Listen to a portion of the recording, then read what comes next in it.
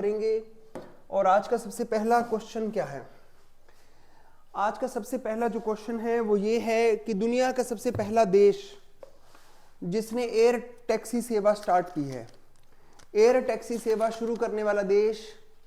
हाँ, अभी तक ना मैंने ग्रुप में ऐड नहीं किया आपको। हाँ, Manisha good evening, Vicky good evening, Gurpreet Singh good evening, आरजू गुड इवनिंग, सभी को गुड इवनिंग।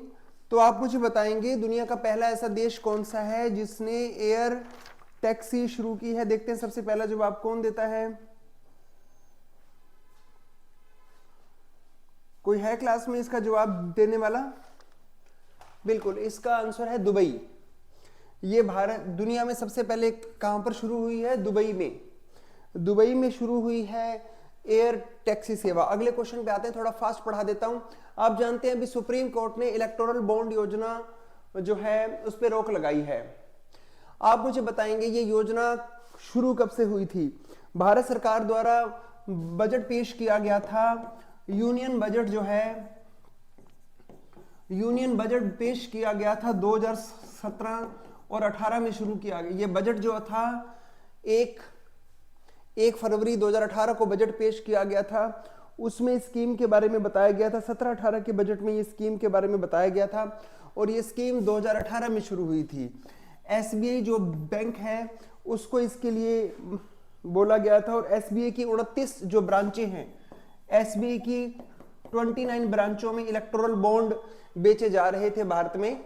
और इलेक्टोरल बॉन्ड की अवधि कितने हैं? इलेक्टोरल बॉन्ड जो है 15 दिनों की अवधि के लिए होता है, 15 डेज। अभी हाल ही में एक एग्जाम हुआ है, UIICL का एग्जाम हुआ है, एओ का। उसमें ये क्वेश्चन आया था, उसमें ये क्वेश्चन आया था कि इलेक्टोरल बॉन्ड कितने समय के लिए जारी किए जाते हैं? 15 दिनों के लिए। क्या इसको हमारे सुप्रीम कोर्ट ने असंवैधानिक बोला है या नहीं बोला? सुप्रीम कोर्ट ने इसे असंवैधानिक बोला है, असंवैधानिक कहा है, यानी कि अनकॉन्स्टिट्यूशनल है। आगे देखते हैं, राजनाथ सिंह ने हाल ही में जनरल बिपिन रावत की प्रतिमा का अनावरण कहां किया है? उत्तराखंड में किया है। उत्तराखंड के चीफ मिनिस्टर का नाम है पुष्कर सिंह धामी है। कौन है? पुष्कर सिंह धामी है। आगे मुझे एक बात बताएंगे कि ये जो बिपिन रावत है ये भारत में किस पोस्ट पर थे? ये सीडीएस थे, भारत के पहले chief of the defence staff. अब भारत के सीडीएस कौन है? कौन मुझे बता सकता है भारत के अब सीडीएस कौन है? भारत के अब सीडीएस कौन है? बिल्कुल सही जवाब है, स्टूडेंट ने जवाब दे दिया है। अब है अनिल कुमार चौहान। अभी वर्तमान में कौन है? अनिल चौहान। और आप मुझे बताएंगे कि एक स्टेडियम है उसका नाम भी इनके नाम पे बदल के किया गया है। बिपिन जो रावत है इनके नाम पे एक स्टेडियम का नाम भी बदला है। बिल्कुल सही, महक जोशी ने, राजू बेनीवाल ने, मुस्कान ने, निशांत ने और जय श्री श्याम सरकार, इनका भी सही जवाब है। तो ये बारामूला, कौन सा स्टेडियम है? बारामूला जो स्टेडियम है उसका नाम बदल के क्या कर दिया है? रीनेम किया गया है, जनरल बिपिन रावत के नाम पे कर दिया गया है। एक स्टेडियम का नाम बदला, एक मूर्ति लगाई गई है। नेक्स्ट क्वेश्चन पे आते हैं, आईसीसी का अभी नया अध्यक्ष कौन बना है? आप मुझे बताएंगे आईसीसी का नए अध्यक्ष कौन बने हैं? ये नवाब सालम बने। इनके देश का नाम बताना है, ये किस देश के हैं, देखते हैं कौन बता सकता है। और आपको मैं बता दूं कि आईसीसी का मुख्यालय जो है वो हेग में है। ये अंतरराष्ट्रीय अदालत है, हेग नीदरलैंड में है। आईसीसी का मुख्यालय जो है वो हेग नीदरलैंड में है। आपने मुझे बताना है कि ये नवाब सालम जो है वो किस देश के हैं। और आप जानते हैं कि दुनिया की सबसे बड़ी अदालत है, दिव्या ने सबसे सही जवाब दिया है, ये लेबनान देश के हैं। क्या ये जवाब ठीक है? बिल्कुल सही है, ये लेबनान देश के हैं। इनके देश का नाम है लेबनान। एग्जाम में कुछ एक्स्ट्रा बात भी आ सकती है। और आईसीसी में कितने जज बैठते हैं? 15 जज बैठते हैं। इंटरनेशनल कोर्ट ऑफ जस्टिस में 15 जज बैठते हैं। आप मुझे बताएंगे कि इनमें भारतीय जज है कोई? इनमें जो भारतीय जज है उसका नाम है दलवीर भंडारी, जोधपुर के हैं।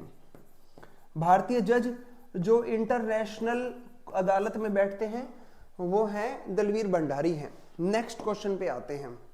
भारत सरकार द्वारा एक पोर्टल लॉन्च किया गया है जिसका नाम है स्वाति। आप मुझे जल्दी से स्वाति की फुल फॉर्म बताओ। ये पोर्टल जो है 11 फरवरी को लॉन्च किया गया है। ये पोर्टल कौन सी तारीख को लॉन्च किया गया है? 11 फरवरी को लॉन्च किया गया है, क्योंकि 11 फरवरी को एक डे मनाया जाता है, अंतरराष्ट्रीय महिला वैज्ञानिक दिवस मनाया जाता है, वुमेन इन साइंस डे मनाया जाता है। इस दिन अंतरराष्ट्रीय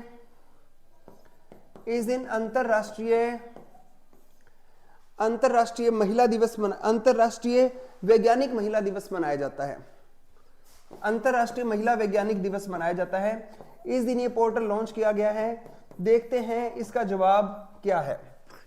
अंतरराष्ट्रीय महिला international day of women in science कि वुमेन कितनी लड़कियां जो है वो साइंस लेती हैं, उससे रिलेटेड है। देखते हैं स्वाति की फुल फॉर्म क्या है।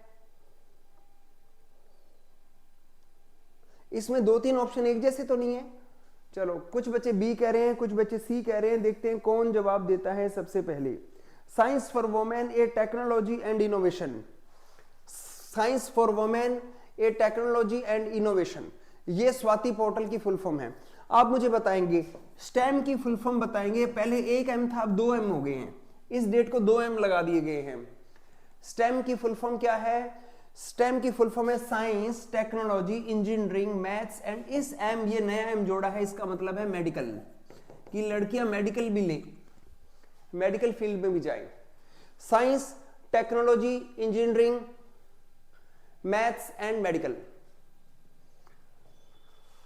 ठीक है। जोत पदम 9 जीमेल, इन्होंने भी सही जवाब दिया है और दिव्या का भी जवाब सही है। Science, technology, engineering, maths and medicine, medical. ठीक है। और पूर्वी ने भी सही जवाब दिया है, महक का भी जवाब सही है। नेक्स्ट क्वेश्चन पे आते हैं। अंडर 19 पुरुष वर्ल्ड कप, अंडर 19 पुरुष वर्ल्ड कप जो है, इसमें उप विजेता कौन था? पहले आप मुझे बताएंगे इसका होस्ट कंट्री कौन थी। ये वर्ल्ड कप हुआ कहां था? अंडर 19 क्रिकेट वर्ल्ड कप था। 19 साल से छोटे बच्चे इसमें भाग ले रहे थे। ये वर्ल्ड कप साउथ अफ्रीका में हुआ था। ये वर्ल्ड कप जीता किसने है? ऑस्ट्रेलिया ने जीता है। ये वर्ल्ड कप ऑस्ट्रेलिया ने जीता है। और हारने वाली टीम का नाम पूछा है, हारने वाली टीम, उप विजेता का नाम पूछा है, तो वो है इंडिया। इंडिया हारी है। अब आप मुझे बताएंगे इंडिया की टीम का कप्तान कौन थे? इंडिया की टीम के कप्तान जो हैं वो गंगानगर के रहने वाले हैं, हमारे इसी डिस्ट्रिक्ट के ही हैं। कोई बता सकता है कौन है? इसके कप्तान है उदय सहारण है। इसके कप्तान कौन है? उदय सहारण है। अंडर 19 क्रिकेट वर्ल्ड कप की टीम के कप्तान कौन थे भारत के? ये थे उदय सहारण थे। और अगर आपसे कोच का नाम पूछ ले, ये तो कप्तान है, कोच का नाम है ऋषिकेश कानिटकर। नाम तो सुना होगा आपने, बहुत अच्छे प्लेयर थे कानिटकर। ऋषिकेश कानिटकर जो हैं, कानिटकर, ये जो हैं भारतीय क्रिकेट टीम के कोच थे। चलो आगे बढ़ते हैं, अगले क्वेश्चन पे आते हैं। एक भारत का एक अभियान है फिट इंडिया मूवमेंट, इसके ब्रांड एम्बेसडर का नाम बताना है। फिट इंडिया के ब्रांड एम्बेसडर का नाम बताना है। देखते हैं कौन बता सकता है। सबसे पहले ये IRS ऑफिसर है, ये भी मैं आपको बता देता हूं। पहली बार किसी IRS ऑफिसर को बनाया गया है, वो है Narendra Kumar Yadav, fit India movement के ब्रांड एम्बेसडर हैं। ब्रांड एम्बेसडर की बात करें, भारत के चुनाव आयोग के चुनाव आइकन कौन है? पूरे देश के चुनाव आइकन कौन है? चुनाव आइकन है राजकुमार राव है। राजकुमार राव जो हैं भारत के इलेक्शनों के, ये पूरे इंडिया के तो राजकुमार राव हैं। अलग अलग की पूछ लेता हूं। जम्मू के इलेक्शनों के कौन है? यूपी के कौन है इलेक्शंस के? जम्मू इलेक्शन के कौन है और यूपी इलेक्शन के कौन है? ये है रैना, क्या नाम है उसका? रैना खिलाड़ी था ना, रैना, कौन सा रैना था? और यूपी के हैं मोहम्मद शमी हैं। यूपी के हैं मोहम्मद शमी। यूपी के कौन है? मोहम्मद शमी है। राजकुमार राव एक हीरो है, एक्टर है। और जम्मू कश्मीर के सुरेश रैना है। जम्मू कश्मीर, ये सुरेश जो रैना है ये कश्मीरी पंडित है, तो सुरेश रैना को जम्मू का बनाया है, मोहम्मद शमी को बनाया है यूपी का। और ये नरेंद्र है, ये फिट इंडिया के हैं। क्वेश्चन आता है चौथे, खेलो इंडिया यूनिवर्सिटी गेम्स किस राज्य में आयोजित किए जाएंगे? ये 2024 में आज शुरू हो गए हैं। 2024 में आज कितनी तारीख है? आज तो 17 ही है, 2 दिन बाद शुरू होने हैं। 19 फेब से शुरू हो जाएंगे। ये असम गुवाहाटी में होने हैं। ये कहां पर होने हैं? असम गुवाहाटी में होने हैं। नेक्स्ट क्वेश्चन पे आते हैं। एशिया डेवलपमेंट बैंक ने भारत का निदेशक किसे नियुक्त किया है? Director of India. इंडिया के लिए डायरेक्टर, इंडिया को कोई पैसे देने हैं, इंडिया की कोई फंडिंग है तो उसके लिए किसे अपॉइंट किया गया है? इंडिया को जो देनी है फंडिंग उसके लिए मियो ओका, क्या नाम है? मियो ओका को अपॉइंट किया गया है। तनु मलिक का सबसे पहले जवाब था, क्लैपिंग कर दीजिए। पिछले क्वेश्चन पे आते हैं। आप मुझे इसका मैस्कॉट तो जरा बता दीजिए। मैंने आपको कल भी बताया था, खेलो इंडिया यूनिवर्सिटी गेम्स, खेलो इंडिया यूनिवर्सिटी गेम्स का मैस्कॉट क्या है? अष्टलक्ष्मी है। कौन सा है? अष्टलक्ष्मी इसका ब्रांड एम्बेसडर है। और ये एक तितली है, बटरफ्लाई है, खेलो इंडिया यूनिवर्सिटी गेम्स की ये है। और ये डायरेक्टर फॉर इंडिया। आप मुझे ये भी बता दीजिए, अभी एक व्यक्ति को एडीबी का एशियन डेवलपमेंट बैंक मनीला में है, फिलीपींस में है। मनीला कहां पर है? फिलीपींस में है। और इसके आप मुझे बताएंगे प्रेसिडेंट कौन है? इसके प्रेसिडेंट है मासात्सुगु आसाकावा। मासात्सुगु आसाकावा जो है वो एडीबी के प्रेसिडेंट हैं। आप मुझे बताएंगे इसका एक ईडी इंडियन बना है, एडीबी का इंडियन एक ईडी बना है। अरमान सिंह का सबसे पहले जवाब आया है। अरमान सिंह ने बताया विकासशील है। क्या नाम है उसका? विकासशील। ये इंडिया का आईएएस ऑफिसर है, ये ईडी बना है। और ये बने हैं डायरेक्टर बने हैं मियो ओका। अजय बंगा तो वर्ल्ड बैंक के हैं, प्रेसिडेंट है मुस्कान। अजय बंगा कैसे याद आया? नेक्स्ट क्वेश्चन आते हैं। खेलो इंडिया यूनिवर्सिटी गेम्स का मैस्कॉट क्या है? इसका मैस्कॉट है अष्टलक्ष्मी। आप मुझे बताइए ये किसका मैस्कॉट है? जीतू। जीतू है खेलो इंडिया यूनिवर्सिटी गेम्स 2023 जो यूपी में हुए थे उसकी मैस्कॉट है। लास्ट ईयर ये मैस्कॉट था। उज्ज्वला जो है ये खेलो इंडिया पैरा गेम्स जो विकलांग लोगों के लिए लास्ट ईयर हुए थे दिल्ली में, ये उसका मैस्कॉट है। और ये तो मैंने आपको बता दिया, ये तो इसका ही है। ये विनीता किसी का नहीं है, विनीता किसी का मैस्कॉट नहीं है। अब आप मुझे ये बताएंगे, एक मैस्कॉट मैं आपको और बताता हूं जिसका नाम है शीन शी। क्या नाम है? शीन ई शी। ये किसका मैस्कॉट है? शीन ई शी क्या चीज है? ये क्या आइटम है? ये एक स्नो लेपर्ड है। ये एक स्नो लेपर्ड है, बर्फीला तेंदुआ है। ये खेलो इंडिया विंटर गेम्स 2024 में अभी होने हैं। वो लेह में होने हैं, लद्दाख में होने हैं। वहां बर्फबारी शुरू हो गई है। अभी जम्मू में बर्फबारी, पहले तो बर्फ नहीं हो रही थी तो इन्होंने मना कर दिए थे, अब वहां बर्फ आ गई है। तो खेलो इंडिया विंटर गेम्स का मैस्कॉट है एक स्नो लेपर्ड है। ये मैस्कॉट है, ये स्नो लेपर्ड है, शीन शी। आगे आ जाएगा, आगे देखते हैं। तो मैंने आपको मैस्कॉट्स बताए, आगे बढ़ते हैं। भारत रत्न इस बार कितने लोगों को दिया जाएगा? जल्दी से मुझे बताओ कि भारत रत्न पुरस्कार इस साल का कितने लोगों को मिलेगा? आप मुझे बताएंगे 5 लोगों को मिलेगा। अब तक 48 व्यक्तियों को मिल चुका था पहले से। अब मुझे आपने बताना है 49वां व्यक्ति कौन होगा, 50वां, 51वां कौन होगा, 52वां कौन होगा, 53वां कौन होगा। नंबरिंग बताओ। तो मुझे बताएंगे भारत रत्न पाने वाला 49वां व्यक्ति कौन होगा? बिहार का सीएम होगा कर्पूरी ठाकुर। कर्पूरी ठाकुर, ये ठाकुर जी हैं और ये सीएम ऑफ बिहार हैं। सीएम ऑफ बिहार, बिहार के सीएम हैं, बिहारी बाबू हैं और इनको मिलेगा भारत रत्न। 50वें हैं एल के आडवाणी, लाल कृष्ण आडवाणी, जो 2002 से 2004 तक भारत के क्या थे? डिप्टी प्राइम मिनिस्टर थे। भारत के क्या थे? डिप्टी पीएम थे, उप प्रधानमंत्री थे। और भारत के महक जोशी ने बिल्कुल सारे नाम बता दिए। 51 में कौन है? ये पीवी नरसिम्हा राव है। पीवी नरसिम्हा राव ये भारत के 9वें प्रधानमंत्री थे। 1991 से 1996 5 साल के लिए भारत के प्रधानमंत्री रहे हैं। क्या नाम है इसका? पीवी नरसिम्हा राव। ये भारत के 9th पीएम थे। 52वां भारत रत्न पुरस्कार जो है वो मिलेगा चौधरी चरण सिंह को मिलेगा। चौधरी चरण सिंह। चौधरी चरण सिंह जो हैं ये यूपी से हैं और भारत के 1979 से 1980 तक भारत के पीएम रहे थे। 1979-80 में 6 महीनों के लिए भारत के क्या थे? प्रधानमंत्री रहे हैं ये। और फिर हम देखते हैं एमएस स्वामीनाथन। अगले व्यक्ति का नाम क्या है? एमएस स्वामीनाथन है। एमएस स्वामीनाथन। एमएस स्वामीनाथन का फील्ड है एग्रीकल्चर। ये भारत में हरित क्रांति के जनक हैं। भारत में ग्रीन रेवोल्यूशन के जनक कौन है? ये हैं। तो ये 5 लोगों को मिलेगा अभी भारत रत्न पुरस्कार। भारत रत्न पाने वाले अब प्रधानमंत्रियों की संख्या हो गई है 9 और भारत रत्न पाने वाले जो राष्ट्रपति हैं उनकी संख्या है 6। भारत रत्न पाने वाले विदेशी व्यक्ति कितने हैं? 2।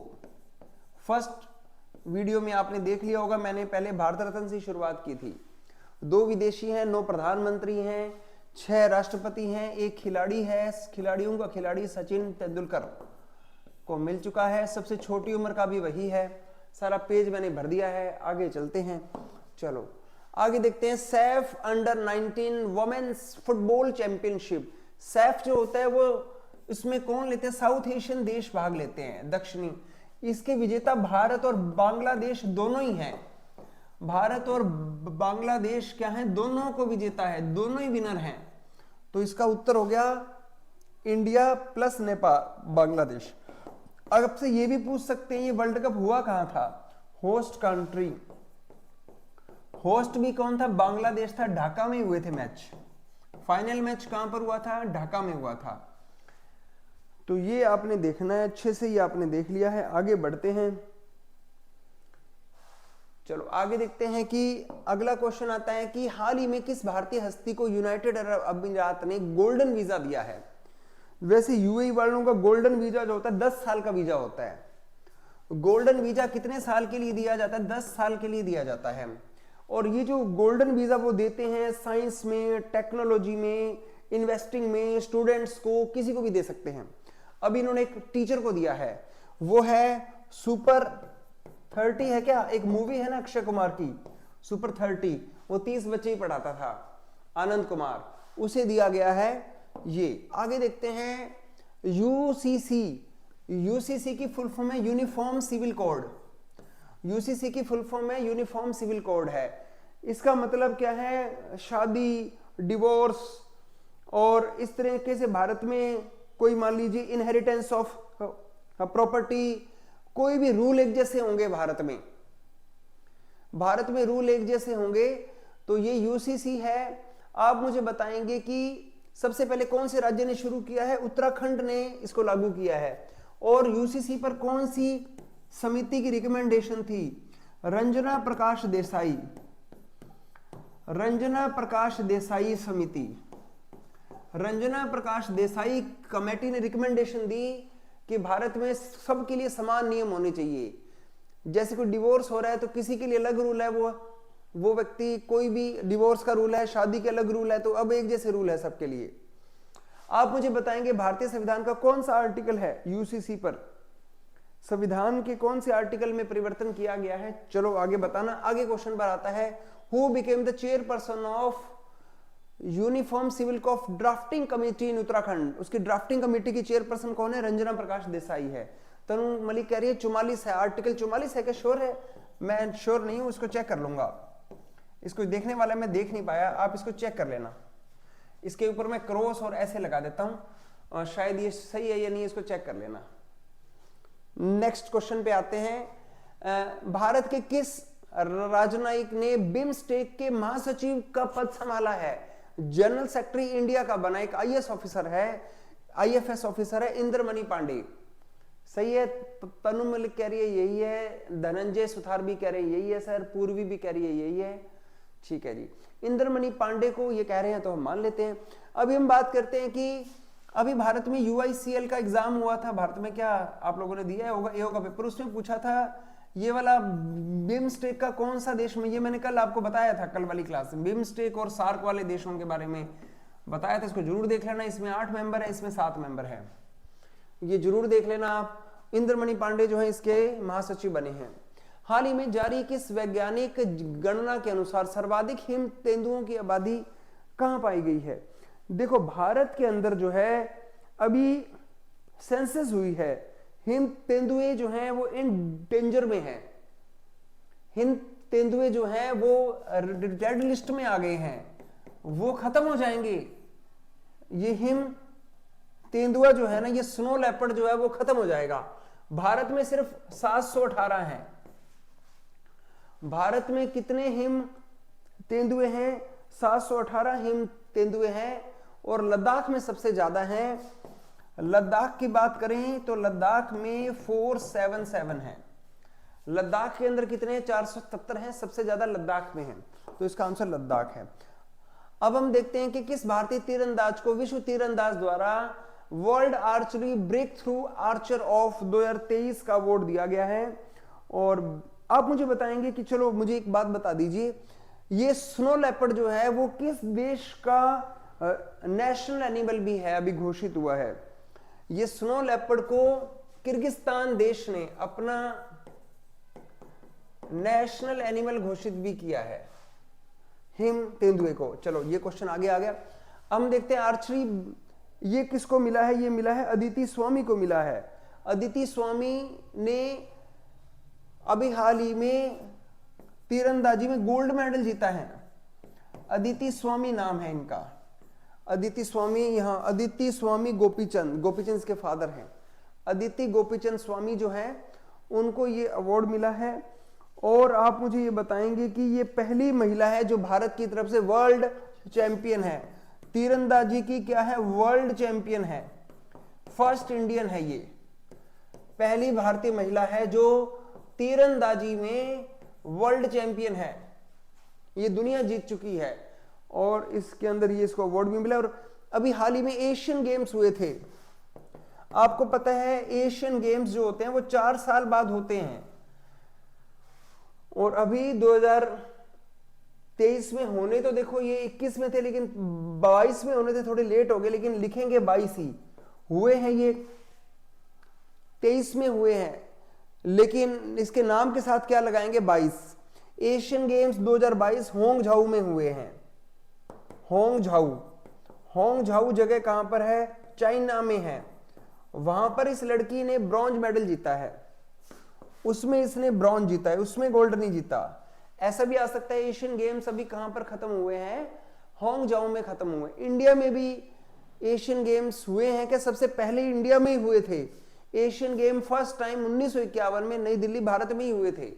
एशियन गेम्स में एशिया के देश भाग लेते हैं। और आपको ये भी तो पता था कि ओलंपिक के बाद एशियन गेम क्यों शुरू हुए? क्योंकि ओलंपिक 1948 में जापान को नहीं बुलाया गया, क्योंकि 45 में जापान के 2 शहर, 1945 में 1945 को जापान के 2 शहर हिरोशिमा नागासाकी पे एटम बॉम्ब फेंक दिए गए। अमेरिका जापान की बनती नहीं थी। अमेरिका ने कह दिया कि ओलंपिक में या तो मैं आऊंगा या जापान आएगा, तो जापान को नहीं बुलाया 1948 के ओलंपिक्स में। उसके बाद 1951 में एशिया वाले देशों ने अपने अलग ओलंपिक शुरू कर दिए, उनका नाम रखा एशियन गेम्स। और पहले एशियन गेम्स इंडिया में हुए थे। ठीक है, तो ये है। और फिर हमने देखा कि ये अभी कहां पर हुए हैं? होंगझाऊ चाइना में हुए हैं। आगे हम देखते हैं हाल ही में सुरक्षित इंटरनेट दिवस यानी कि सेफर इंटरनेट डे कौन सी तारीख को मनाया जाता है? ये 6 फरवरी को मनाया जाता है। सेफर इंटरनेट डे कौन सी तारीख को मनाया जाता है? 6 फरवरी को। 4 फरवरी को फेसबुक डे होता है। 4 फरवरी को कैंसर डे होता है। 4 फरवरी को कौन सा डे होता है? कैंसर डे होता है। आप मुझे बताएंगे इस बजट में सर्वाइकल कैंसर के लिए कितना बजट दिया गया है वैक्सीन लगाने के लिए? बजट में जो सर्वाइकल कैंसर के लिए वैक्सीनेशन कार्यक्रम होना है उसके लिए कितना बजट दिया गया है? नेक्स्ट क्वेश्चन पे आते हैं। ये लिखे सर्वाइकल कैंसर से सुरक्षा करने के लिए कितने वर्ष तक की आयु के बच्चे बच्चियों को मुफ्त में वैक्सीन लगाएंगे? कितने बच्चों को मुफ्त में वैक्सीन लगाएंगे, बताएगा कोई? ये बच्चे हैं 9 से लेके 14 साल के बच्चों की, अब खैर नहीं है तो सरकार अब सब बच्चों को एक वैक्सीनेशन कार्यक्रम के तहत फ्री ऑफ कॉस्ट वैक्सीनेशन करवाएगी। एक बात और रह गई, देखो ये आर्चर है, एक भारत में ना एक बात और इंपॉर्टेंट भी है, एक भारत में ना अभी एक पैरा आर्चर भी है, विकलांग आर्चर भी है, उसका नाम बताएंगे। एक विकलांग आर्चर भी है, उसका नाम बताएंगे। उसका नाम है शीतल देवी, उसका नाम है शीतल देवी। शीतल देवी का नाम भी याद कर लीजिए। वो बेस्ट पैरा एथलीट का अवार्ड मिला है, इसे भी मिला है ऐसा अवार्ड। ये वाला अवार्ड जो इसको मिला है वैसा ही एक अवार्ड शीतल देवी को भी मिला है, बस शीतल देवी विकलांग है, इसको हैंडीकैप की श्रेणी में मिला है, और अदिति स्वामी को जो है वो वैसे मिला है। ठीक है, तो ये आपने देख लिया, ये बेस्ट पैरा एथलीट का अवार्ड मिला है शीतल सिंह को। आगे क्वेश्चन पे आते हैं, सर्वाइकल कैंसर के लिए 9 साल से 14 साल। आप मुझे बताएंगे भारत में आरटीई होता है, शिक्षा का अधिकार है, भारत में कितनी वर्ष के बच्चों को मुफ्त व अनिवार्य शिक्षा मिलती है? शिक्षा का अधिकार बताइए, कितने साल तक के बच्चों को मिलता है? कौन से ऐसे बच्चे हैं जो कि शिक्षा का अधिकार ले सकते हैं?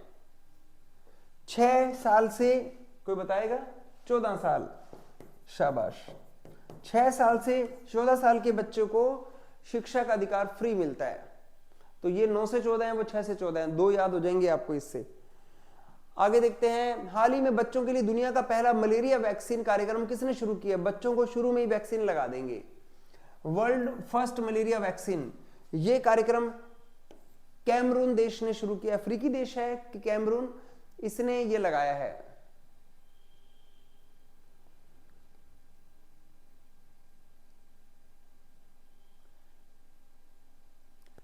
आगे क्वेश्चन आते हैं, ये भी नाम सुना हुआ है आपने क्या? कैप वर्दे, इसके बारे में कुछ बताइए। ये नाम भी मैंने आपको बताया हुआ है। इस देश में क्या हुआ है? कैप वर्दे में क्या हुआ है बताएंगे? ये इसका आंसर तो ठीक है, कैमरून है, फर्स्ट मलेरिया वैक्सीन कैमरून लगा रहा है। इसमें क्या है? बिल्कुल सही है, तनु मलिक ने बताया, ये एक पहला अफ्रीकी देश है जो मलेरिया, तीसरा अफ्रीकी देश है। ये देश क्या हुआ है? अभी मलेरिया फ्री हुआ है। तनु मलिक के लिए जोरदार क्लैपिंग कर दीजिए, सबसे पहले और सही जवाब देती है, क्लैपिंग कर दीजिए, बिल्कुल सही है। तीसरा देश है ये। इससे पहले कौन कौन से अफ्रीकी देश हैं जो मलेरिया फ्री हो चुके हैं? ये थर्ड अफ्रीकी देश है, थर्ड अफ्रीकी देश है। पहले 2 अफ्रीकी देशों के नाम बता दीजिए, पहले 2 अफ्रीकी देश जो कि मलेरिया फ्री हुए हैं। क्या भारत मलेरिया फ्री हो गया? क्या भारत का मलेरिया फ्री का लक्ष्य 2027 है? हम 2027 में लक्ष्य लेके चल रहे हैं कि मलेरिया को मार देंगे, लेकिन मलेरिया को मारना मुश्किल ही नहीं, नामुमकिन भी है। वो देश है मॉरिशस है एक देश का नाम, और एक का नाम अल्जीरिया है। क्या अल्जीरिया और मॉरिशस? बिल्कुल सही है, मॉरिशस और अल्जीरिया, ये देश भी मलेरिया फ्री हैं।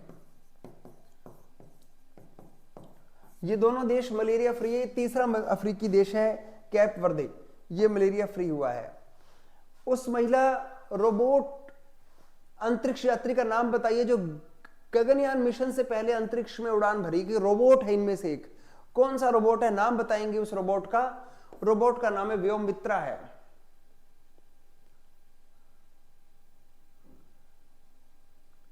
अल्जीरिया और मोरक्को है क्या देशों का नाम?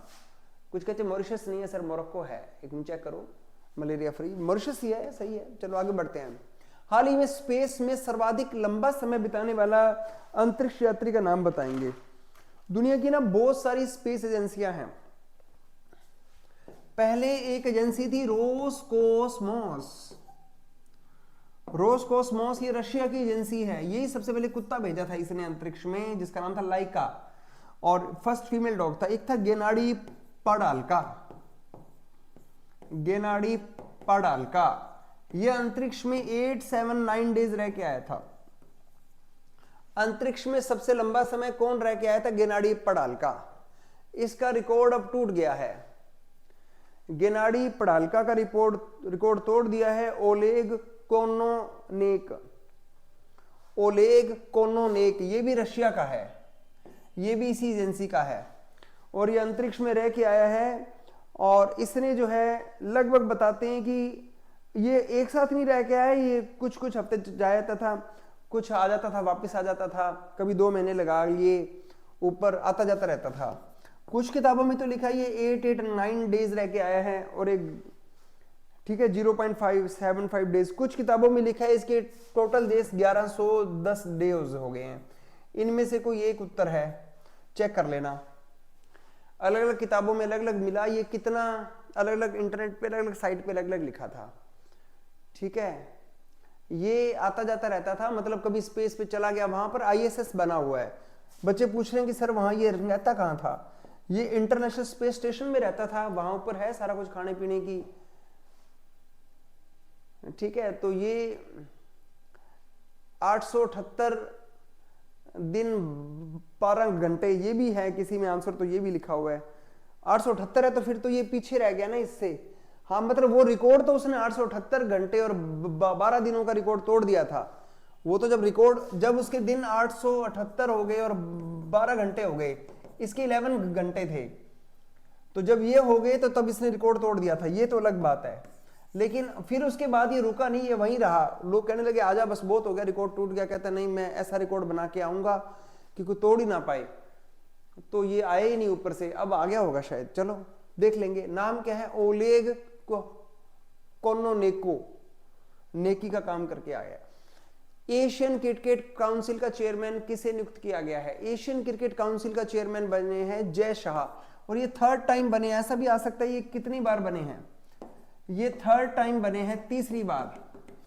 और ये कहां पर है? कोलंबो में है। एशियन क्रिकेट काउंसिल का जो हेडक्वार्टर है वो कहां पर है? कोलंबो श्रीलंका में है। 23 सितंबर 2024 को 1110 दिन हो जाएंगे क्या? अच्छा, ये सितंबर में आएगा। बच्चे कह रहे हैं सर ये आएगा, अभी ऊपर ही फिर रहा है ये सितंबर में इतने दिन लगा के आएगा। चलो आने दो, फिर देखते हैं। आगे देखते हैं, भारतीय निर्वाचन आयोग ने मतदाता जागरूकता के लिए उत्तर प्रदेश का स्टेट आइकन कौन सा है? उत्तर प्रदेश के इलेक्शनों का स्टेट आइकन किसे बनाया गया? मोहम्मद शमी को बनाया गया है। वर्ष 2023 में दुनिया की सबसे अधिक बिकने वाली कार कौन सी है? सबसे अधिक कार बिकी है, टोयोटा की बिकी है। सबसे ज्यादा कार कौन सी बिकी है? टोयोटा की कारें बिकी है। हाल ही में जारी भ्रष्टाचार सूचकांक 2023 में शीर्ष नंबर पे कौन सा देश है? इसमें टोटल 180 देश है। जर्मनी की राजधानी बर्लिन से ये रिपोर्ट जारी की जाती है। जर्मनी की राजधानी बर्लिन से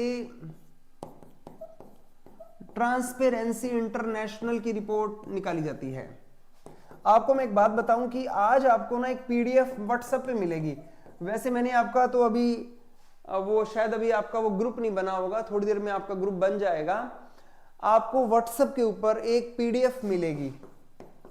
ये PDF है बजट की PDF है। ये PDF है बैंकिंग अवेयरनेस की PDF है। बैंकिंग अवेयरनेस के वो क्वेश्चन है जो SBI में आते हैं।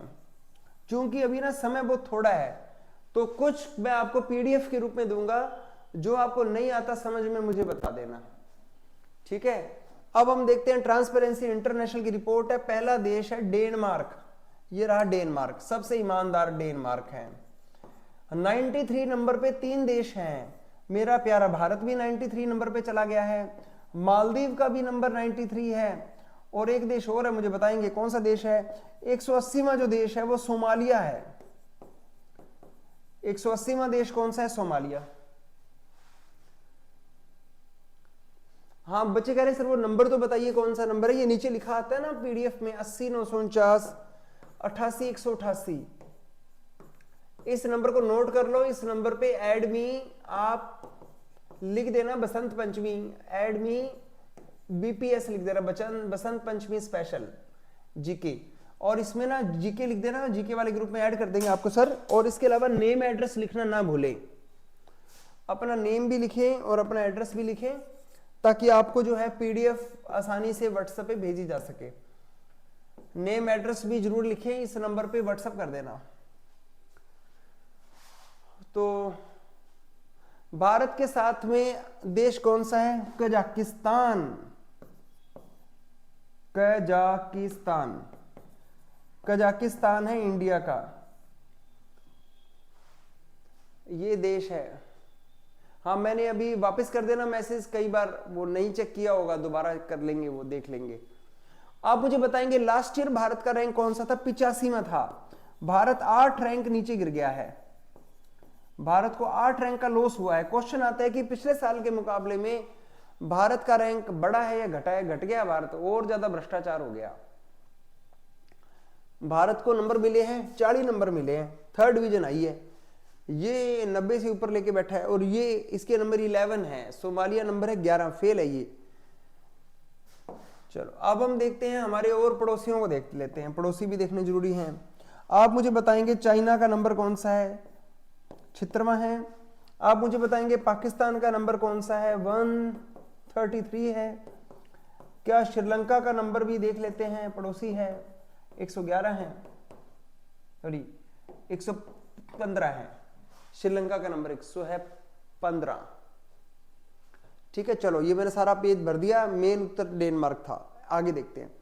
देखो क्वेश्चन इसलिए मैं एक्स्ट्रा लिखाता हूं, पता नहीं वो सीधी जो मैंने क्वेश्चन में लिखी जरूरी थोड़ी वही बात पूछेगा, वो कोई नई बात पूछ लेता है पेपर में। अब हम देखते हैं हाल ही में किस संगठन ने 1 फरवरी 2024 को अपना 48वां स्थापना दिवस मनाया? 1 फरवरी को इंडियन कोस्ट गार्ड का स्थापना दिवस था। आइए मुझे बताएंगे, इंडियन कोस्ट गार्ड ने अभी हाल ही में जापान के साथ एक एक्सरसाइज की है, जापान की कोस्ट गार्ड के साथ एक एक्सरसाइज की है, नाम बताएंगे मुझे। देखते कौन सबसे पहले नाम बताएगा। जापान की कोस्ट गार्ड के साथ कौन सी एक्सरसाइज की है जापान के साथ? कोई नहीं बता सकता क्या अभी तक? चलो आगे देखते हैं। हाल ही में सशस्त्र सीमा बल का निदेशक किसे अपॉइंट किया गया है? ये है दलजीत सिंह चौधरी को, एसएसबी सशस्त्र सीमा बल, जापान के साथ। ठीक है, कुछ बच्चों के जवाब आ रहे हैं, सही है, वो उसके जवाब आ रहे हैं, अभी मैं लिखता हूं।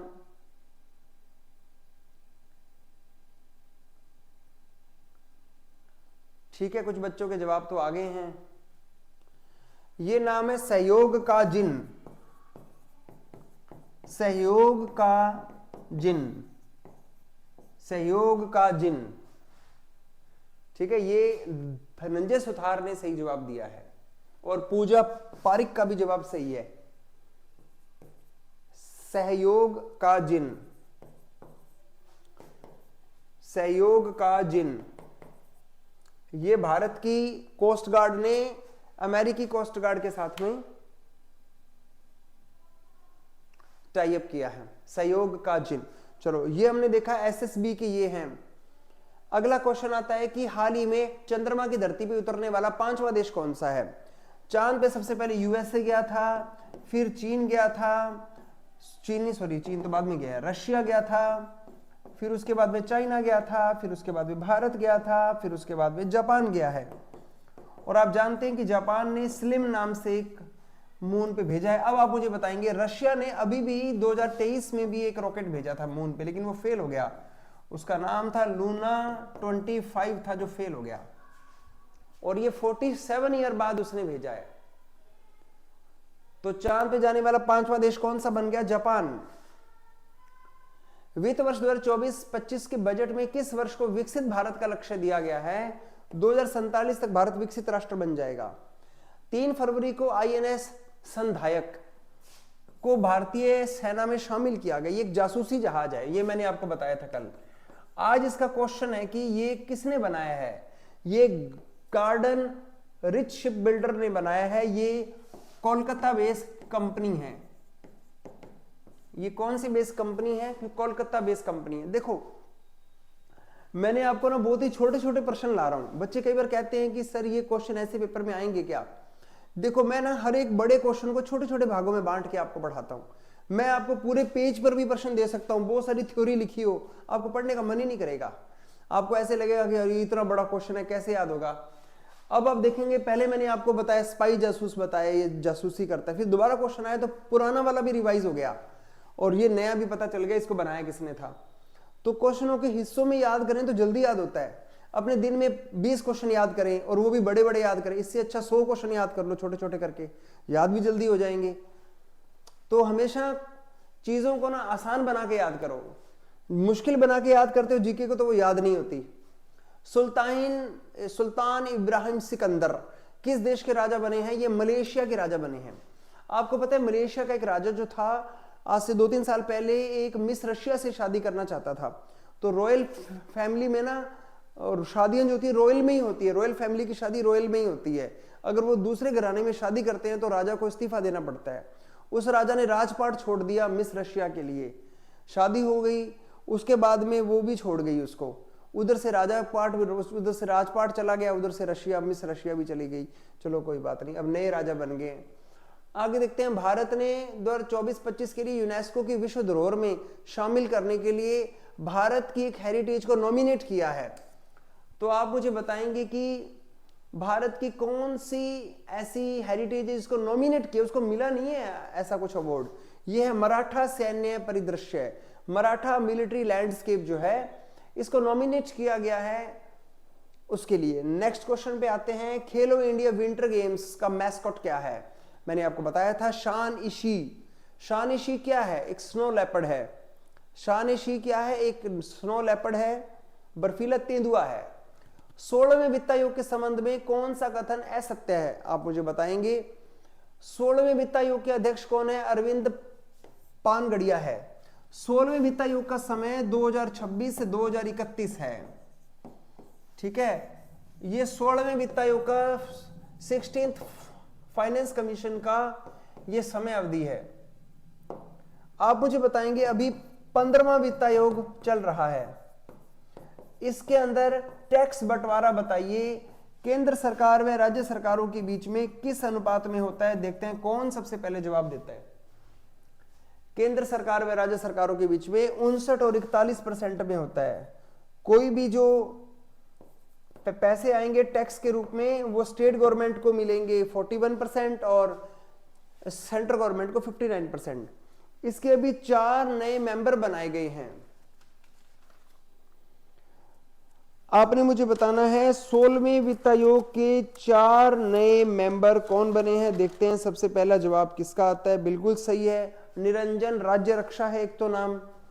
इसके जो ये फुल टाइम मेंबर्स है ना, उनमें एक तो है अलख निरंजन, निरंजन राज्य रक्षा। क्या नाम है? निरंजन राज्य रक्षा है, अलख निरंजन। फिर उसके बाद है अजय नारायण झा।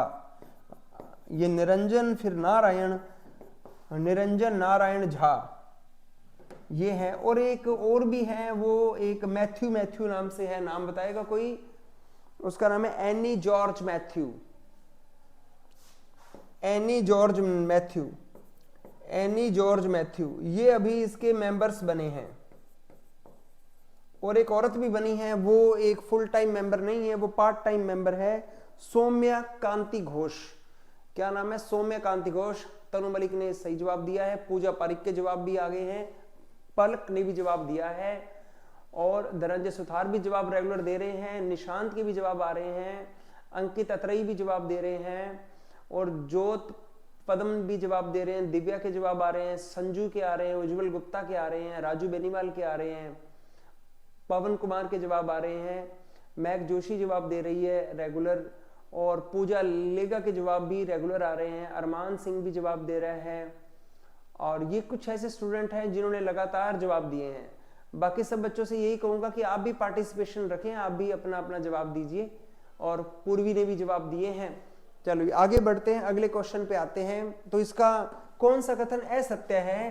तो ये वाला कथन असत्य, इसमें 2 महिलाएं नहीं, एक ही महिला है। और आर्टिकल कौन सा है? आर्टिकल 281 है, 280 आर्टिकल है। नेक्स्ट क्वेश्चन पे आते हैं, telecom regulatory authority of India, try का नया चेयरमैन कौन बना? ये भारत में टेलीकॉम सेक्टर का रेगुलेटर है, अनिल कुमार लाहौटी जो है, अनिल कुमार लाहौटी को बनाया गया है, इसका चेयरमैन बनाया गया है, ट्राई का चेयरमैन बनाया गया है। नेक्स्ट क्वेश्चन पे आते हैं, 69वां फिल्म फेयर पुरस्कार बताएंगे ये हुआ कहां पे था? कौन मुझे बताएगा कि ये हुआ कहां पर था? मैं इसकी बेस्ट फिल्म पूछी गई है, इसकी फिल्म बेस्ट फिल्म का नाम है 12th फेल। इस फिल्म के डायरेक्टर का नाम भी बता दीजिए मुझे, ये फिल्म को किसने डायरेक्ट किया है, और ये हुए किस स्थान पर थे, और ये भी मुझे आपने बताना है ये कहां पर हुए थे। कोई मुझे बताएगा ये कहां पर हुए थे, इस फिल्म के डायरेक्टर कौन है? और 12th फेल नाम से ये फिल्म है, बेस्ट फिल्म का अवार्ड मिला है। चलो आगे बढ़ते हैं। आपको ये पता है कि अगले साल जो 70वें नेशनल फिल्म अवार्ड होने हैं उसमें से 2 नाम हटा दिए गए हैं। वहां पर एक अवार्ड दिया जाता है Indira Gandhi best debut director का अवार्ड मिलता है, इंदिरा गांधी। तो ये अवार्ड भी अब इंदिरा गांधी का नाम हटा दिया है। और एक होता है नरगिस दत्त है। नरगिस दत्त जो है, नरगिस जो दत्त है वो जो है, नरगिस दत्त जो है वो संजय दत्त की मां है, उसके नाम पे राष्ट्रीय एकता पुरस्कार दिया जाता है। इन दोनों के नाम हटा दिए हैं। और मैं आपको ये भी बता देता हूं कि ये जो अवार्ड है गोवा में नहीं हुए, ये हुए थे गांधीनगर गिफ्ट सिटी में हुए थे इस बार। तुलसा राम एक लड़का है, उसने सही जवाब दिया है। पूरी क्लास में सिर्फ तुलसा राम का जवाब सही है। ये कहां पर हुए थे? गिफ्ट सिटी में हुए थे इस बार। इस बार ये अवार्ड कहां पर हुए थे? गिफ्ट सिटी में हुए थे। और इस फिल्म के जो डायरेक्टर का जवाब है ये पूजा पारिक ने, चेताली नरूला ने और धनंजय सुथार ने, और इन लोगों ने सही जवाब दिए हैं। ठीक है, तो ये इन बच्चों ने सही जवाब दिए हैं। तो विधु विनोद चोपड़ा इस फिल्म के डायरेक्टर हैं, विधु विनोद चोपड़ा। विधु विनोद चोपड़ा की ये फिल्म है। चलो आगे बढ़ते हैं। राष्ट्रपति द्वारा सतनाम संधू को राज्यसभा के लिए नॉमिनेट किया गया है। आप मुझे बताएंगे राष्ट्रपति कितने लोगों को आर्टिकल 80 में राज्यसभा में भेज सकता है? जैसे आपको पता है सचिन तेंदुलकर भी राज्यसभा का मेंबर है, रेखा भी मेंबर है। कोई खेल में, कोई फिल्मों में से ले लेते हैं। कितने लोगों को राज्यसभा में नॉमिनेट कर सकता है प्रेसिडेंट? 12 लोगों को। 12 नाम जो है, 2 नहीं, 2 लोकसभा में होते थे, कभी एंग्लो इंडियन होते थे प्रहलाद जी, वो नहीं है। 12 लोगों का नाम राज्यसभा में राष्ट्रपति भेज सकता है। राष्ट्रपति के पास कितने लोगों की पावर है? 12। एक गणतंत्र दिवस का समापन समारोह होता है, जिस दिन हम गणतंत्र दिवस समारोह को समाप्त करते हैं, उसको कहते हैं बीटिंग रिट्रीट कहते हैं। तो कहां पर हुआ था? दिल्ली में ही होगा। जब गणतंत्र दिवस दिल्ली में मनाते हैं तो समापन को पाकिस्तान में थोड़ी होगा, दिल्ली में ही होगा। तो दिल्ली में ही होगा ये समापन। नेक्स्ट क्वेश्चन पे आते हैं। नेशनल वुशु फेडरेशन द्वारा सांडा कैटेगरी में, ये सांडा क्या है? सांडा कैटेगरी में female athlete of the year का अवार्ड किस भारतीय खिलाड़ी को दिया गया है? वुशु कैटेगरी में वुशु की प्लेयर कौन सी है? आप मुझे बताएंगे कि वुशु का जो अवार्ड है भारत के female athlete of the year, wushu की खिलाड़ी कौन सी है? मणिपुर की रहने वाली है। नाम बताएंगे। रोशबीना देवी मणिपुर की है। और ये इसको मिला है best wushu athlete of the year का अवार्ड मिला है। इंटरनेशनल लेवल पे इसको ये अवार्ड मिला है। वुशु की प्लेयर है। चलो अगले क्वेश्चन पे आते हैं। अगला क्वेश्चन क्या कहता है? ऑरेंज महोत्सव कहां मनाया गया? ये संतरे महोत्सव। ये संतरा कहां है? नागालैंड का है। ये ऑर्गेनिक संतरा है। ठीक है। रोशबीना जो है वो ऐसे भी आ सकता है कि रोशबीना देवी किस देश की है? रोशबीना रसगुल्ला नहीं है, रोशबीना है। रोशबीना वुशु की खिलाड़ी है। 75वें गणतंत्र दिवस की थीम बताओ। 75वें गणतंत्र दिवस की थीम थी विकसित Bharat, Bharat mother of democracy. Bharat mother of democracy. Nishant ने सही जवाब दिया है, नागालैंड वाला। और देखते हैं WHO ने दक्षिणी पूर्व एशिया की एक रीजनल डायरेक्टर बनाया गया है। WHO ने साउथ एशिया के लिए, मतलब कोई हमारे साउथ एशिया मतलब कि सार्क के जो देश हैं, पाकिस्तान, भारत, बांग्लादेश, नेपाल, भूटान, श्रीलंका, मालदीव, इनके लिए एक महिला को अपॉइंट किया। और ये महिला बांग्लादेश की रहने वाली है। क्या नाम है इसका? साइमा वाजिद। क्या नाम है? साइमा वाजिद। क्वेश्चन आ सकता है साइमा वाजिद कहां की रहने वाली है? बांग्लादेशी है। ये बांग्लादेशी महिला है। WHO ने इसे साउथ एशिया के लिए रीजनल डायरेक्टर अपॉइंट किया है। नेक्स्ट क्वेश्चन पे आते हैं। भारत, फ्रांस और UAE की सेनाओं के मध्य कौन सी एक्सरसाइज है? Desert night exercise. ये किसकी एक्सरसाइज है? आर्मी की, नेवी की या एयरफोर्स की एक्सरसाइज है? ये एक्सरसाइज जो है एयरफोर्स की एक्सरसाइज है, डेजर्ट नाइट। ठीक है, ये यूएई के साथ भी हुई है, फ्रांस भी है। आप मुझे बताएंगे कि वर्ल्ड में शेयर बाजार का, मार्केट की कैपिटलाइजेशन में इंडिया का रैंक कौन सा है? शेयर बाजार में पूछा है ये, शेयर बाजार में। किस में पूछा है? शेयर मार्केट में। तो दुनिया में सबसे बड़ा शेयर बाजार जो है वो अमेरिका का है। अमेरिका के अंदर शेयर बाजार है एनवाईएसई यानी कि नैस्डैक भी है इंडिया अमेरिका के अंदर, और अमेरिका में है डाउ जोन्स भी है। तो ये दुनिया में सबसे अच्छे इन्वेस्टर खींचता है। दुनिया में दूसरा देश है चाइना का। चाइनीज जो है शेयर बाजार का नाम भूल गया मैं, चाइना के शेयर बाजार का नाम है क्या नाम है, नाम भूल गया। तीसरा है जापान का शेयर बाजार है निक्केई, जापानी शेयर बाजार का इंडेक्स का नाम है निक्केई। अब चौथा देश बन गया है भारत। भारत का मार्केट कैपिटलाइजेशन जो है, भारत का जो मार्केट कैपिटलाइजेशन है वो 4 बिल्कुल दिव्या ने सही बताया है कि इन्होंने पीछे छोड़ दिया, हांगकांग को पीछे छोड़ा है। बिल्कुल सही जवाब है। इन्होंने किसको पीछे छोड़ दिया है? हांगकांग को पीछे छोड़ दिया है। हांगकांग का 4.29 लाख करोड़ है, भारत का 4.33 हो गया। भारत के शेयर बाजार का नाम है सेंसेक्स है, भारत में शेयर बाजार का नाम निफ्टी, ये सूचकांक है, इनके इंडेक्सेस हैं। निफ्टी है, इसमें हैंग सेंग है, हैंग सेंग इनका है। चाइना वालों का ये शंघाई में तो है, पता नहीं सेंग हैंग ऐसा कुछ नाम है, शंघाई के नाम से है कोई।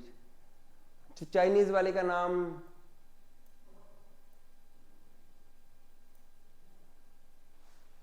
ठीक है, चाइना वालों का जो शेयर बाजार है वो शंघाई में है, shanghai.com है, shanghai.com ऐसा कुछ नाम है। चलो, तो भारत का स्थान कौन सा हो गया है? चौथा।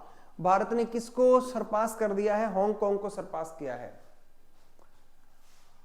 शंघाई स्टॉक एक्सचेंज है। एक मिनट स्टूडेंट्स, थोड़ा सा ना अभी एक मिनट के लिए, हाँ जी, शंघाई स्टॉक एक्सचेंज है। नेक्स्ट क्वेश्चन पे आते हैं। चलो, दुनिया के और देशों के शेयर बाजारों के नाम तो मुझे बता दो। एफटीएससी किस देश का है? एफटीएससी इंग्लैंड का है। एफटीएससी किस देश का है? इंग्लैंड का शेयर बाजार है। आप मुझे बताएंगे पाकिस्तान वाले का नाम बता दीजिए।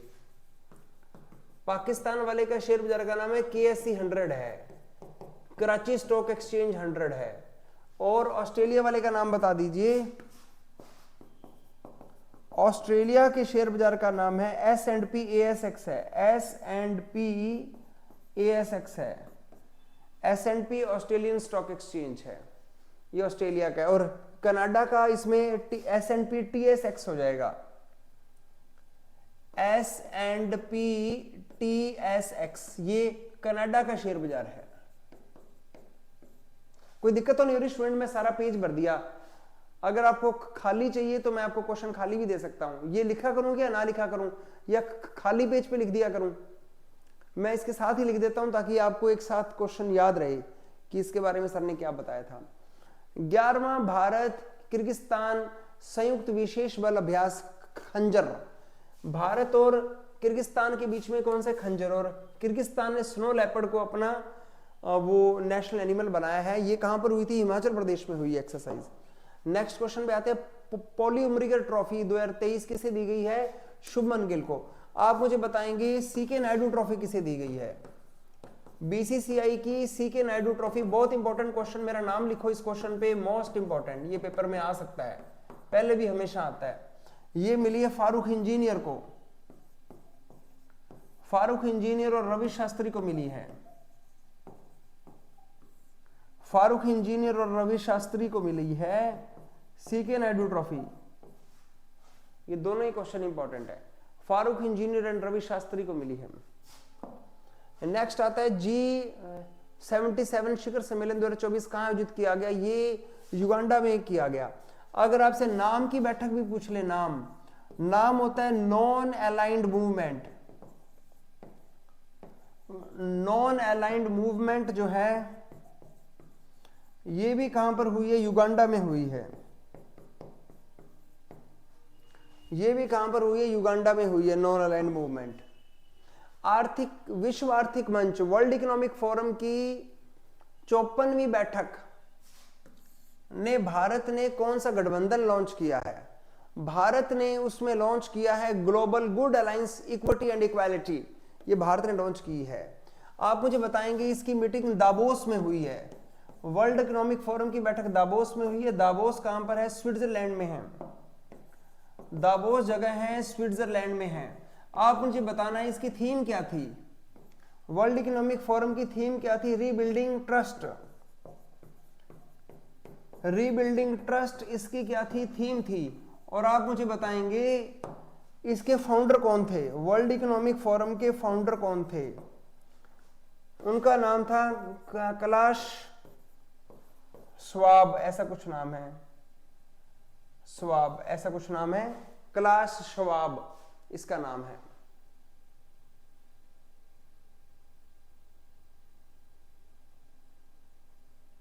वीडियो रुक रही है क्या? धनंजय सुतार कह रहे मेरे नहीं इतनी दिक्कत आई। अच्छा, दिक्कत नहीं आएगी, कोई लिख दूं तो कोई प्रॉब्लम तो नहीं है। ये दीप्ति शर्मा को भी मिला है ना? हाँ बिल्कुल, ये संजू ने सही बताया है। पीछे जो एक क्वेश्चन था ना, ये पॉली उमरी की ट्रॉफी पुरुषों की तो शुभमन गिल को मिली है और लड़कियों के लिए अदिति शर्मा को भी तो मिली है। ये अदिति शर्मा को भी मिली है। ये 2 लोगों को मिली है, एक नाम बीच में रह गया था। बहुत अच्छा, ये संजू ने बताया और ये भी हमने देख लिया। चलो, आप मुझे बताना है कि वर्ल्ड इकोनॉमिक फोरम का जो हेडक्वार्टर है वो कहां पर है? वर्ल्ड इकोनॉमिक फोरम का हेडक्वार्टर कहां पर है? वर्ल्ड इकोनॉमिक फोरम का हेडक्वार्टर कहां पर है? वर्ल्ड इकोनॉमिक फोरम का हेडक्वार्टर का जवाब दिया है, सबसे पहले देखते हैं किसका जवाब था। ये हरीश छिम्पा ने जवाब दिया है, कोलोंजे स्विट्जरलैंड। कौन सा है? कोलोंगे स्विट्जरलैंड में इसका हेडक्वार्टर है। कोलोंजे स्विट्जरलैंड में इसका हेडक्वार्टर है वर्ल्ड इकोनॉमिक फोरम का। चलो आगे बढ़ते हैं।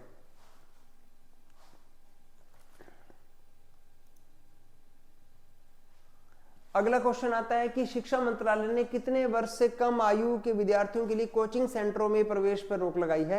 16 साल से छोटा बच्चा कोचिंग नहीं कर सकता। 16 साल से छोटे बच्चे को कोचिंग में मत लाओ, वो बेचारा छोटा होता है, उसको कुछ पता नहीं होता। काला घोड़ा कला महोत्सव 2024 का आयोजन कहां किया गया? ये कहां पर किया गया? मुंबई में किया गया। वेरी गुड, सबने जवाब दे दिया है। अयोध्या में स्थापित राम की मूर्ति, भगवान राम की मूर्ति किसने बनाई थी? अरुण योगी ने बनाई थी। आपने मुझे बताना है मंदिर के आर्किटेक्ट कौन थे? कौन से सोमपुरा है? लास्ट में सोमपुरा है, पूरा नाम बताएंगे क्या है? चंद्रकांत है क्या? चंद्रकांत सोमपुरा है क्या? मंदिर के आर्किटेक्ट कौन है? चंद्रकांत सोमपुरा है। अरुण योगी जो है ये मूर्ति के बनाने वाले हैं। केंद्र सरकार द्वारा किस पड़ोसी देश के साथ मुक्त आवाजाही को रोकने का विचार कर रही है? म्यांमार। म्यांमार बॉर्डर सील हो रहा है। आप मुझे सीमा की लंबाई बताओ, कितना बॉर्डर है? सबसे अधिक सीमा असम की है और असम की सीमा भी बताओ। असम है, सॉरी, सबसे ज्यादा अरुणाचल प्रदेश है। अरुणाचल प्रदेश की सीमा सबसे लंबी है, फिर नागालैंड आ जाएगा, फिर उसके बाद में मिजोरम आ जाएगा, फिर उसके बाद में सॉरी मणिपुर, फिर मिजोरम, लास्ट में मिजोरम है। तो मुझे बताएंगे टोटल सीमा कितनी है? बिल्कुल सही है, सीमा की लंबाई, वो सीमा कितनी है? 1643 किलोमीटर है। और आप मुझे बताएंगे इसकी कितनी है? अरुणाचल प्रदेश की कितनी है? 547 किलोमीटर है। 547 किलोमीटर इसकी बॉडी है। तो ये हमने इससे आवाजाही बंद कर दी मणिपुर से, क्योंकि हमारे देश में ये रोहिंग्या लोग आ रहे हैं हमारे देश में वहां से। कहां से आ रहे हैं? ये रोहिंग्याज आ रहे हैं। तो अरुणाचल प्रदेश की सीमा सबसे लंबी है। 520 है क्या? कुछ बच्चे कह रहे हैं सर अरुणाचल प्रदेश तो 520 है, आपने 547 लिखा, ये 520 है क्या? इसको चेक करना, 520 है क्या? चलो इसको 520 है तो चेक कर लेते हैं। 520 लिख दूं फिर इसको? मेरे ख्याल से 547 थी, आप इसको चेक कर लीजिए। चलो 520 है। हाल ही में किस देश ने किस जगह भारत में बापू टावर का उद्घाटन किया गया है? बापू टावर बना है बिहार में, वैसे बिहार वैसे बापू टावर। नेक्स्ट क्वेश्चन आता है, हाल ही में बोट के नए ब्रांड एम्बेसडर के। बोट ये आइटम्स होते हैं जो टेक्निकल आइटम, मोबाइल एसेसरीज होती है, लैपटॉप एसेसरीज होती है, ये है रणवीर सिंह को बनाया गया है। अगला क्वेश्चन आता है, हाल ही में आपदा चेतावनी डिवाइस नीतीश किसने लॉन्च किया है? तो नीतीश एक डिवाइस है, ये बिहार के मुख्यमंत्री बिहार में ही लॉन्च किया गया है। और ये किसके लिए लॉन्च किया गया है? ये डिजास्टर मैनेजमेंट के लिए लॉन्च किया गया है। किसानों के लिए, कोई बाढ़ वगैरह आ जाएगी, कोई मतलब फ्लड हो, कोई बिजली चमकती है, ये गर्म हवाएं हैं, सर्द हवाएं हैं, उसके लिए नीतीश लॉन्च किया है बिहार ने। और बिहार के मुख्यमंत्री भी कौन है? नीतीश ही हैं। हाल ही में किस राज्य के कच्ची खरेक, क्या ये डेट्स हैं, क्या ये खजूर हैं, क्या ये खजूर हैं? कौन से राज्य के खजूरों को जीआई टैग मिला है? और ये उस राज्य का दूसरा सेकंड फ्रूट है जिसको जीआई टैग मिला है। और पहला जीआई टैग था गिरी मैंगोज था, गिर मैंगोज था, गिर आम थे, उसका 2011 के अंदर जीआई टैग मिला था। और अब 2024 के अंदर दूसरा आइटम है जिसको जीआई टैग मिला है। वो कौन सा राज्य है?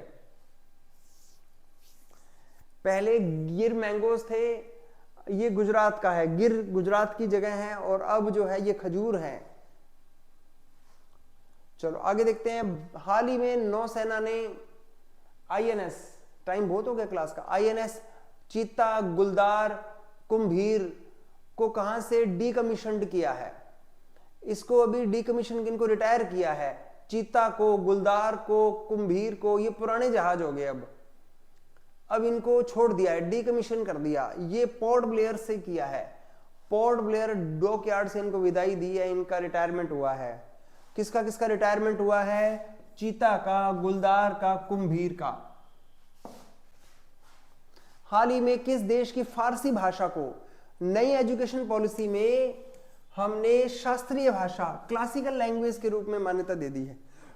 कौन से देश की लैंग्वेज को हमने क्लासिकल लैंग्वेज के रूप में मान्यता दी है? ईरान के साथ हमारे रिश्ते बढ़ रहे हैं, ईरान पाकिस्तान पे अटैक भी कर रहा है, हम ईरान के साथ हैं, जो पाकिस्तान के खिलाफ है हम उसके साथ हैं। तो ईरान की पाकिस्तान से बन नहीं रही, तो ये हमारा दोस्त हो गया। दुश्मन का दुश्मन दोस्त होता है, तो ये दोस्त हो गया। अब इसको हम शास्त्रीय भाषा का दर्जा दे दिया फारसी को हमने, ईरान की फारसी। क्वेश्चन आता है कि कौन सी इंश्योरेंस कंपनी पीएसयू स्टॉक में सबसे ज्यादा वैल्यूएबल कंपनी बनी है? पीएसयू में, पब्लिक सेक्टर अंडरटेकिंग में सबसे अधिक वैल्यू किसकी है? LIC, life insurance corporation of India की, ये वैल्यूएशन सबसे ज्यादा है। गुट निरपेक्ष आंदोलन की 19वीं शिखर बैठक, अभी थोड़ी देर पहले मैंने आपको बताया था, नॉन अलाइंड मूवमेंट की बैठक पूछे तो युगांडा में हुई है, और वो G77 भी युगांडा में थी। ये है वर्ल्ड इकोनॉमिक फोरम की थीम पूछी गई है, रीबिल्डिंग ट्रस्ट। ये क्वेश्चन यूआईसीएल असिस्टेंट में आया था, ये क्वेश्चन यूआईसीएल असिस्टेंट में एग्जाम में आया था। नेक्स्ट क्वेश्चन पे आते हैं। अभ्यास अयोध्या भारत और किस देश के मध्य आयोजित किया गया है? अयोध्या जो है ये एक शहर है, अयोध्या और अयोध्या को मिला के बनाया गया है, ये थाईलैंड का शहर है। तो भारत का शहर अयोध्या, और ये 22 जनवरी राम मंदिर वाला जो समय था ना, जब प्राण प्रतिष्ठा हुई थी, उसी समय ये एक्सरसाइज हुई थी।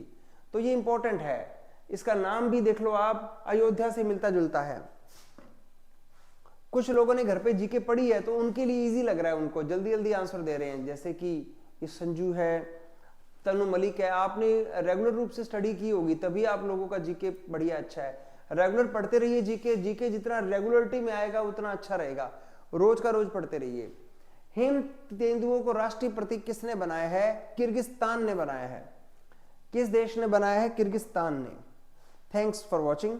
तो आज के लिए इतना ही पढ़ेंगे। Thank you students, bye. और आपको 2 PDF मिलेगी वो पीडीएफ बड़े ध्यान से आपने उसको पढ़ना है, बजट है उसके अंदर, बैंकिंग अवेयरनेस है, और ये पीडीएफ तो आपको मिल ही जाएगी। अब आप ऐसे कीजिए, इस पीडीएफ की बनाइए क्यूआर कोड से, क्यूआर बनाइए अपने फोन से, गूगल कैम स्कैन से इसे स्कैन कर लीजिए। आज के सारे क्वेश्चन बहुत नए नए क्वेश्चन थे। Thank you Tanu Malik, Divya, Sanju, Vikram, thank you, सभी लोग थैंक यू कह रहे हैं, धन्यवाद। आपका भी धन्यवाद, आप लोगों ने क्लास लगाई, रेगुलर क्लास, एक तो लाइव क्लास लगाया कीजिए, रिकॉर्डिंग मत देखा कीजिए। वैसे रिकॉर्डिंग भी देख लो, 2-3 बार देख लो, लेकिन लाइव का ज़्यादा अच्छा अनुभव होता है, लाइव में मुझे भी हौसला रहता है। ठीक है, निशान, धनंजय सुथार, सभी को थैंक यू। हाँ जी, कल भी क्लास लगेगी, कल हो सकता है, कल छुट्टी का दिन है, कल हो सकता है लंबी क्लास लगाएं थोड़ी सी। पीडीएफ एप्लीकेशन भी मिलेगी आपको, और जो मैंने भेजनी है आपको वो व्हाट्सएप पे भेजूंगा। अपने फोन के अंदर एक होता है यहाँ के कैम स्कैन होता है, और इसको आप, ये गूगल लेंस होता है, इसको गूगल लेंस को खोलिए, और ये आप स्क्रीनशॉट तो नहीं ले पाएंगे इसका, फिर भी आप इसके सीधे ही फोटो से आप बना सकते हैं। रोज रिकॉर्डिंग आ जाती है क्लास में, इसकी रिकॉर्डिंग भी आ जाती है। कल की क्लास का समय भी शाम का ही रहेगा, क्लास का समय फिक्स है, 7:30 बजे ही रहेगा, ना आगे ना पीछे, क्लास का टाइम बिल्कुल फिक्स रहेगा, यही टाइम पे क्लास है। क्या आपको क्लास लगाने के बाद थोड़ा सा आपको कुछ नयापन मिला, थोड़ी सी आपको पहले से पढ़ाई की हुई है तो आपका रिवीजन अच्छा हो गया? हाँ जी, कल भी क्लास है, कल शाम को ही होगी क्लास, 7:30 बजे होगी। रविवार को भी क्लास होगी, क्योंकि दिन तो बहुत थोड़े हैं आपके पास, एसबीआई का एग्जाम आ रहा है आपका। ठीक है, तो बेनिफिशियल रहेगी क्लास, अब इसे लगाइए। स्क्रीनशॉट नहीं होगा इसके अंदर, आप इसको कैम स्कैन से स्कैन कर लीजिए, फोटो भी नहीं ली जाएगी इसकी, फोटो से शायद हो जाएगा। ठीक है स्टूडेंट्स, अब मैं क्लास ऑफ करने जा रहा हूं। Okay student, bye, tata. Muskan thank you, Pooja thank you, Nishan thank you, Vikram, Kailash, Ankit Atrei, Dhananjay Suthar, Pooja Lega, Sanju, पूजा पारिक, पवन, दिव्या, तनु मलिक, दीपांशु वर्मा, सभी को थैंक यू, थैंक यू सभी को, bye. Okay student, tata, bye bye bye. Palak bye bye, Palak, Kailash bye. Okay student, end कर रहा हूँ क्लास को, थैंक यू।